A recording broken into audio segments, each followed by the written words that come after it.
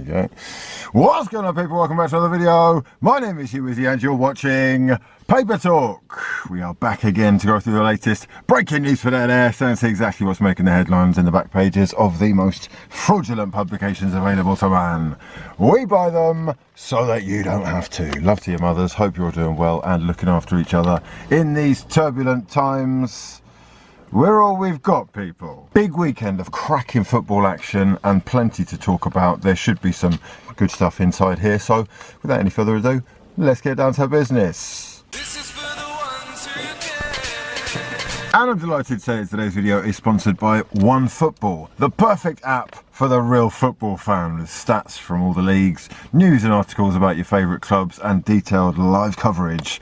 You can predict match winners, check player ratings, which is very useful for Fantasy Premier League, and set up notifications for your favourite clubs or national teams. It's free to download and you're helping the channel out massively by clicking the link in the description box below. OneFootball, I highly recommend it. Today though, we've got 4 fraudulent publications to be going through, including the Times, the Express, the Daily Mail and the Daily Mirror. It's daily, like Thompson. It's daily, like Paper Talk. Let's get down to business. And we start on the back of the Daily Mail, who said, would you believe it? Get in there, my son. The Spurs goal hero enjoys a superb 1-0 win over Manchester City. Super sun shines to stun City. It was sensational scenes of unglorious emotion as Manchester City fell despite creating a whole bunch of chances. They didn't have a striker like Harry Kane to finish any of them. They have also got a pull-out, which we will have a look at shortly. The back of the Times say Spurs humble the champions. Tottenham beat City without want-away Kane, and Guardiola admitting that they weren't clinical enough. Heung-min Son scoring in the 55th minute, curling one home from 25 yards as Jack Grealish, the new £100 million signing, was only able to show flashes of his ability and had a shot saved, but couldn't prevent Pep Guardiola's side from suffering a 4th straight defeat in all competitions at Tottenham's new stadium, each time without scoring. They've now had 59 shots on target without scoring at this stadium. The back of the Express has West Ham's incredible comeback, 2-0 down against Newcastle United. Steve Bruce claiming that West Ham's penalty was very harsh, adding that it would never have been awarded if referee Martin Atkinson had checked the pitchside monitor after Jacob Murphy had fouled Pablo Fornals.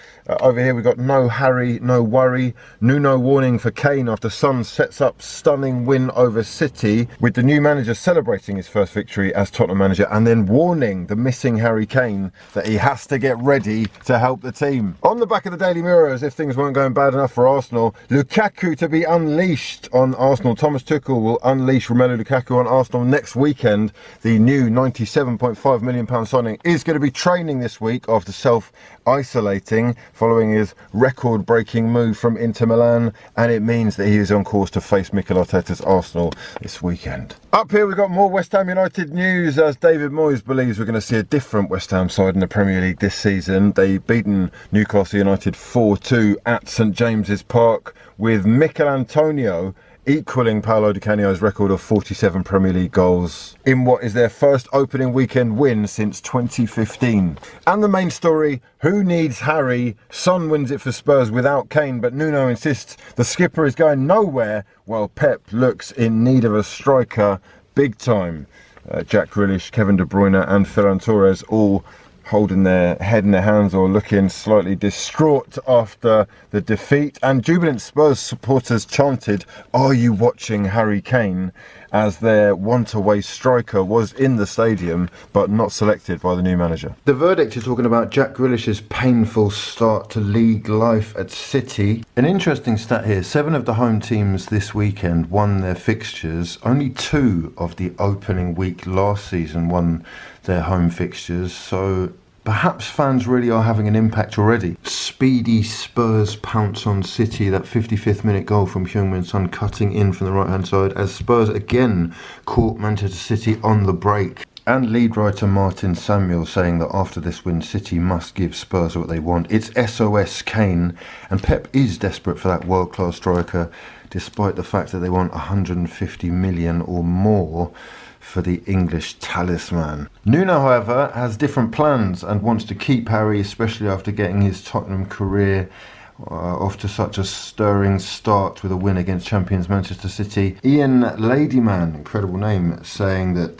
Jack Grealish was jeered by Spurs fans at every available turn, and it really was a day to forget for the £100 million man. Joe Bernstein with a piece on Newcastle United's capitulation in the 6-goal thriller with Mikel Antonio the focus of attention, and also that 68-yard run and good hold-up play being focused on in that graphic. Marcos Alonso, who of course scored that direct free kick goal against Patrick Vieira's Crystal Palace, and rivals should be very afraid because Romelu Lukaku is about to start for Chelsea. Arsenal going to be feeling the full brunt of that.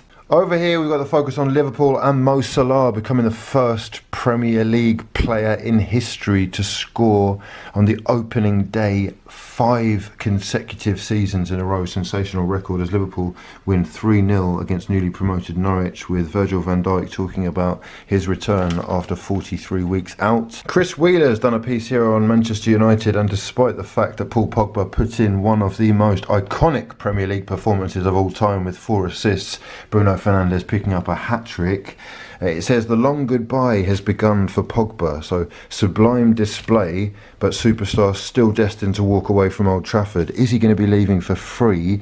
PSG seem to be accumulating all of the top players in world football. Pogba could be the next to go, or is his dream actually Real Madrid? Jamie Vardy celebrating his goal against Wolves with a wolf howl. Incredible scenes. And Rafa Benitez is Everton side are king of the crosses. A 3-1 win against Southampton, and a fantastic way to start his managerial career on Merseyside. Well, restart his career on Merseyside, I guess. If only I had a striker who could score at Spurs. Incredible scenes. Guardiola's City side losing away. It's okay though, they can just slap down 150 M's for a new striker. Player ratings for the biggest game of the weekend have Benjamin Mendy given a 4. Clearly targeted by Spurs and caught out. He was also sloppy several times on the counter-attack.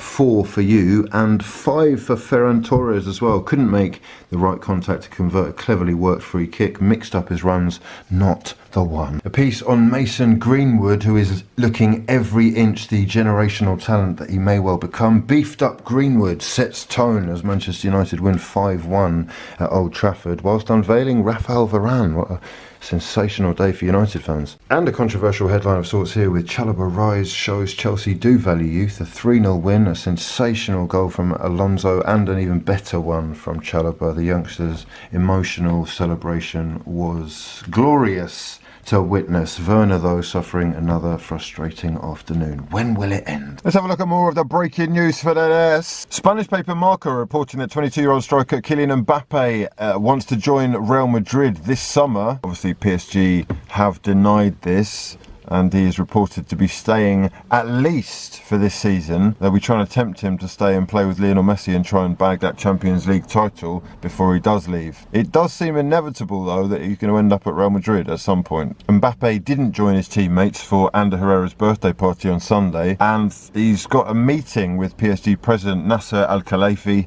on Monday. 24-year-old Spanish centre-back Pau Torres has turned down a move to Tottenham, says he's only going to move to a big club, or a club with Champions League football, as his hometown Villarreal have. Chelsea are looking to sign 18-year-old Jude Bellingham from Borussia Dortmund as an alternative to Declan Rice. Italian paper Tuttosport are reporting that Arsenal want to sign 23-year-old Inter Milan striker Lautaro Martinez, and will turn to Antonio Conte if they sack Mikel Arteta. Leeds United are trying to tie down Patrick Bamford to a long-term contract. Apparently there is interest from Spurs. The Athletic claim that Liverpool are unlikely to sign an attacking player unless they can sell both Xherdan Shaqiri and Divock Origi. Spanish press are also reporting that Alexander Lacazette and Pierre-Emerick Aubameyang are 2 options being considered by Barcelona if they can sell Martin Braithwaite. Juventus are interested in signing Miralem Pjanic a year after selling him, and Barcelona could be willing to let him go for free. And Hector Bellerin wants to leave Arsenal, becoming extremely frustrated with the club. He's told